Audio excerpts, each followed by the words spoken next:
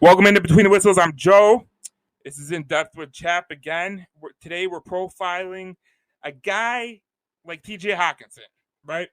Because I was reading an article on The Athletic, and The Athletic is a very, very good website. This was by Chris Burke of The Athletic. Obviously, you have to pay to get in, so that's why you have me to kind of coax you along. Now, in this article, Chris Burke asked the question: does the Lions TJ Hockenson deserve $60 million while a long-term deal could get costly? And he goes into the reasons why it could, especially with the David Njoku contract lately. Njoku got $56.7 million contract with $28 million fully guaranteed. He caught 36 passes over 16 games last season. So I got to thinking, would I re-sign TJ Hockenson going into next year when you have to re-sign him or you can franchise tag him? And the way I would kind of put it together is I think I would ride it out with TJ Hokenson.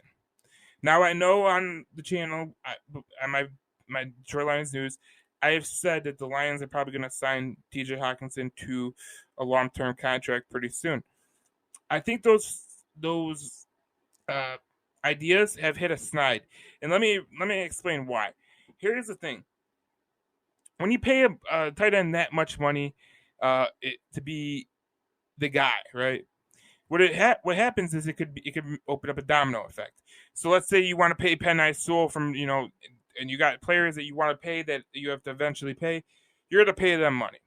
Now with TJ Hockenson, the one thing I kind of caution myself on is he has been hurt a lot. He hasn't played as many games as a lot of other tight ends. But the reality of the situation is his stats really don't back it up. And I'll say this because even though David Njoku got the contract he got, which I think is an utter farce, I think TJ Hockenson can go way beyond that. I think with TJ Hockenson, you have to remember, he's a very good tight end. Is he elite? And one of the things I think that would make it makes you an elite tight end is the first downs, which he was right up there with George Kittle on.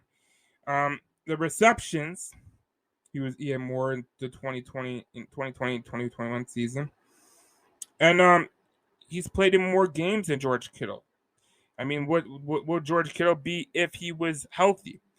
But with TJ Hockenson, it just comes down to what is the deal that you can get done, and how can you structure it to where it doesn't hurt you in the future.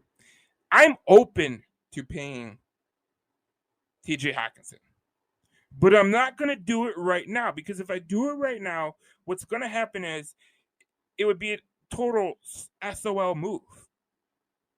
See, the Lions for years have made these disastrous signings, such as Trey Flowers, Jamie Collins. The Bob Quinn era was a joke. Martin Mayhew made some bad signings, but he made some good signings. And one of the things I did like about Martin Mayhew and the way he approached the free agent portion was sometimes he would let players play out their contract. Now, it did hurt him with Sue, but Sue was probably long gone before that anyways.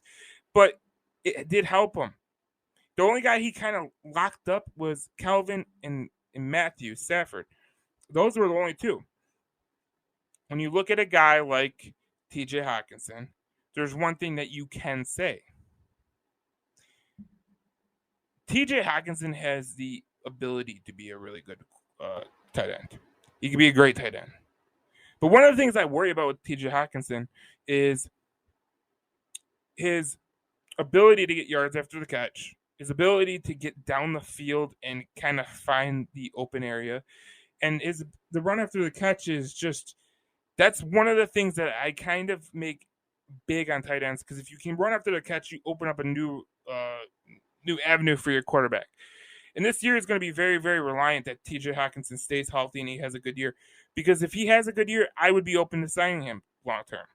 But I need to see it. I need to see more. I don't need to see just a little bit. I need to see more. Most people would say, you got to sign him right now. You got to sign him right now. You got to sign him right now. But if they sign him and he turns out to be a disastrous signing, like you think David Njoku could be, I mean, you're looking at another SOL type signing. And then those same fans who are clamoring for the Lions to sign TJ Hokenson long term, they're going to turn around. They're going to say, "Oh, TJ Hokenson, he stunk." Well, you wanted this. So I think it'd be smart if Brad Holmes does what I think he's going to do, which I think he is going to keep TJ Hokenson, obviously.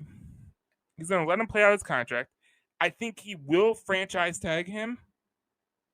And I think that when they get that franchise tag, they'll know more about TJ Hokenson and the player he is and how he stayed healthy and if he can stay healthy in a NFL season.